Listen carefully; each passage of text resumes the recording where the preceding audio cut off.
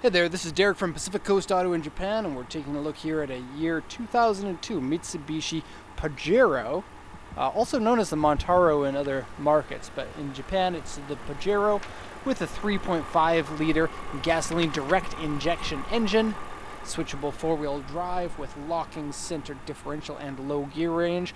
And the Pajero is, Mitsubishi's somewhat answer to the Land Cruiser. It is I guess more of a pedestrian style vehicle. It has independent suspension on it. It has a lot of nice amenities in it, and the price point is less than the Land Cruiser, but I think overall a really nice vehicle. I do like the looks of this generation of them quite a bit, and the condition of this one's excellent. It was bought from auction with 40,000 kilometers on it, and is very close to flawless despite being a little over 15 years old now. So the engine running condition is very good. On cold startup, for the first 3 or 4 seconds, the RPM changed a little bit, but once it kind of settled in there, it has had no problems and no fluctuations. 3.5 liter Mitsubishi engine should put out decent power. I don't know exactly how much it is. I didn't look it up, but I'm guessing it's somewhere in the range of about 250 horsepower or so. Going to lower the hood and we'll take a look at the inside, outside, and all around. Especially this is a good vehicle for having a family, mostly like your alternative to a minivan. And so I'll explain the interior as I see it from a dad's point of view. And so it's a little bit difficult to close this. Usually I put my head up here to hold the hood while I'm holding the camera, but no can do on a vehicle this tall. And so bear with me while I put the camera down. You get asphalt view and shoes.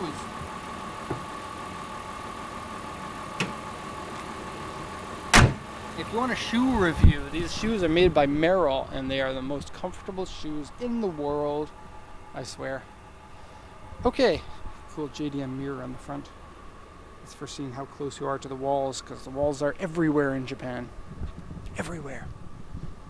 Okay, so let's go over the condition here on the auction sheet. So this is the information given to us from the auction. I'll quickly translate this for you. So 2002 Pajero Exceed 1 long, so you can get this in 2 different wheelbases. The long one has the 5 doors, which is 2 doors on the side and 1 on the back, and then the short one is only 3 doors, 3500cc. This is an auction grade 4.5, so very close to perfect condition. Interior B. A vehicle this old won't get a grade 5 in 99.5% of the time, or even higher maybe. 41,708 kilometers, automatic transmission, alloy wheels, power steering, power windows, and airbags. Comes with a Strata Car Navi system by Panasonic and a digital TV in there. And then the report, this is the inspection from the auction guy. Seat and steering wheel wear. Interior dirty, which is funny because it's almost spotless. They just write that on everything. Various scratches and dents. And then looking at the body here, we have light scratches. Now light scratches can usually be polished out. 80% of the time they can be polished out. Otherwise you can't really see them that well. Front has some paint cracks on it. So I'll show you here, really only 2 things on the exterior that stand out. Here's the paint crack. There are 3 stress cracks here, probably from the time that this got scratched. Okay. And then the headlights are faded, but they're kind of a weird milky faded. Might be difficult to understand what it looks like unless you see it in person, so I don't really know. Okay, so let's do a once around here. And today is bright. I'm looking at the white car. It has ruined my eyes, and so I'm trying to look at the screen on my camera, but it looks like it's super dark. It's like when you go skiing and everything is white, and then your eyes are like, oh my god, I can't see for a couple of hours. Okay, so rear mount spare tire, which is a cool thing in Japan. It's like SUVs need that rear mount tire. GDI is gasoline direct injection. It is not like your typical fuel injectors. It injects the fuel directly into the cylinder at higher pressure than your standard fuel injection car. And so it allows you to be more precise with your fuel to air ratios, and so therefore gives you better fuel economy and or power. And you get a weird engine sound because of it, but this vehicle sounds pretty normal. Most of the current GDI engines sound weird. This one, no problem really. Okay, I like the little fog lights. I like big fog lights even better, but the little ones are nice. Cool little intake there on both sides. a bush guard, which is a on a vehicle like this is a little bit out of place. I think I can understand it, but I don't think that you would drive something like this in the bush. It's more of a drive your kids to soccer practice kind of thing. And in that respect, it's really good. I like the swoopy lines. I like the kind of Dakar rally looks to it. I think it's a cool looking vehicle. Okay, so we got chrome mirrors here. One of the great parts about the Pajero and some other SUVs, but the Pajero here, I'm going to talk about it, is you get plastic around here, all the way down there, and around the last one. And so your chances of dinging the metal are pretty low because it's protected by the plastic there, which comes out very far from the metal. You also got the side skirt there, and it's up pretty high here before the doors can come and attack you. And so it protects your body in that regard. The paint condition, look in this section here, it's nice and pearl and shiny and shimmery. Very beautiful. Minor scratch here and some scratches in here. The chrome here has some discoloration. And what else? I think, if I recall correctly, I think that that's all of the damage on the car. Got a little bit of fade on the letters. I just noticed that, and I just remembered one other thing. The wheel here has a bit of like a paint. The paint is kind of faded in there. Kind of weird. I don't know how old the tires are because they're not date stamped, but they look rather, pardon me, I think they're 2015. They are date stamped. Sorry about that. So new and at least 80% tread. So yay! Yay for good tires. Oh, I remember. They don't have the DOT marking on them for Canada, where this car is going. They do have the load ratings on them. And so you can actually pass the inspection, but some of the inspectors there don't know that because it's not done by the government. It's done by just mechanic shops. I do very much like the interior of these, and I think it's a good step up over the interior that came before it. You could consider this a bit of a luxury car. I think you can. And it's nice and clean and smells great inside. It's got that nice JDM smell. And if you haven't bought a car from Japan, you maybe don't know about that, but the cars here smell very nice and unique. And if only they made an air freshener that actually smells like JDM cars. But I think you just need to have Japanese friends that you put into your car and let them drive your car half the year, and it should maintain that smell. A little bit dirty floor mat there, but that's kind of the worst of it. I do very much like wooden steering wheels. I love the feeling of them, the smooth and super grippy, so your hand doesn't slide, and then leather on the side. It's good. I like the gauge set. I like how it looks kind of 80s but updated. I like the big center stack, reminding you that this car is fairly modern. AC works well. There's your Strata car navigation system by Panasonic. I love the three knobs. I don't like lots and lots and lots of stuff. I do like them when they're very nice and not easy to break. Shifting is good. There's shift yourself section if you want to be a race car driver. There is pick your drivetrain, 2-wheel drive, 4-wheel drive with locker, and 4-wheel drive low range gear ratio with locker, 4 LLC. Sounds like limited liability corporation. Place for drinks. Place for iPhone. Place for another iPhone. Place for airbag. Place for no airbag. Oh, this is broken. Oh, I just noticed that. This latch is busted. That's okay. You get another one. That's kind of cool.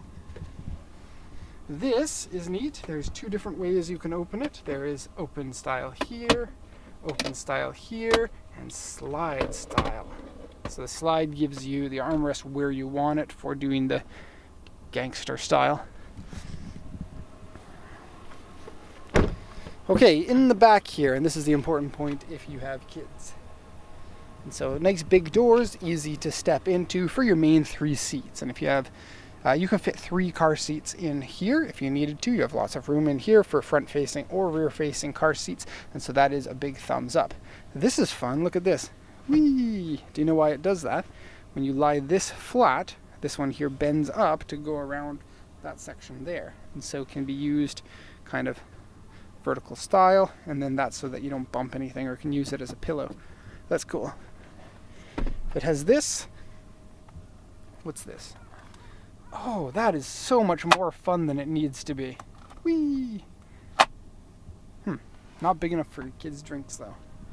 The big cuppies wouldn't fit in there. You have controls in the back here for AC or heater. Ashtray for kids that smoke. Hopefully not your kids, or anybody's kids for that matter. Roof vents. That's cool. Okay, now to get into the back, because this is 1, 2, 3, 4, 5, 6, 7 seater. The back two are jump seats. They're the back seat for when your kids are too noisy and you're like, go to the back seat. I don't want to hear from you. It's rather small. But it is very cool. It hides completely into the floor of the trunk. I'll show you in a sec. If you want to get to the back though, it's a little bit of a challenge. Here's what you do. This one here, you pull. And then once it's that far, you can reach in here and you can grab this. That goes all the way down and then flips up. It's not that difficult, but a little bit more difficult than your standard seats, and probably pretty challenging for a kid to do unless they're 10 or older. Once it's like this, and the other one does that as well, just that single seat, you can get into the back pretty easily. And the back seat doesn't have adult leg room because the seat is very close to the floor. But it does have 2 seat belts. Tape on there. Tape marks. And it has 1, 2, 2 cup holders on this side, but none on the other side. So this is the timeout seat. But the timeout seat gets a cigarette lighter adapter. Strange. So yeah, not much room back here, and these seats slide forward if you need a little bit more leg room. These ones don't slide. Okay, so hopping out of here, I'm just going to leave that seat as it is for now while I show you the back. So, very easy to open the back, really big door opening, and so easy to put large items into the back if you need to. It doesn't swing up, which is kind of good because the ones that swing up, the hatch damper breaks, and then it's just one more thing to replace. Okay, so these back seats, first off, you can take these out and they get strapped into little sections here. That's what these are for. Now this has lost its elasticity, which I can't talk today. I don't know what it is about my mouth, but I'm...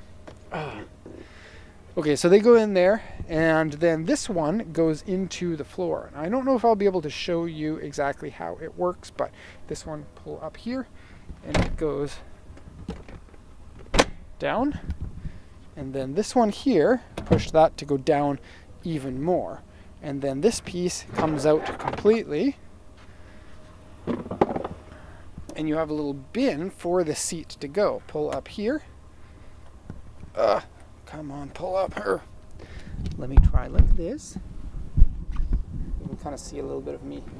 Pull up here, and then tilt it. And it folds all the way 180 degrees. Now if you don't have headrests, it'll actually go in there, but it'll fold all the way in, and then you can put this piece back on top.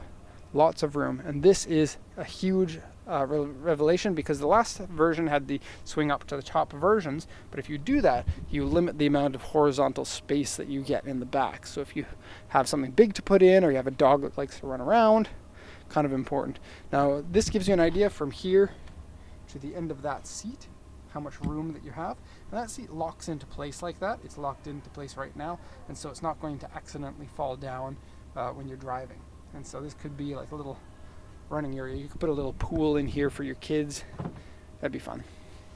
Okay, so I'm just going to leave this like this just because I don't want to have that on video of me putting that back together.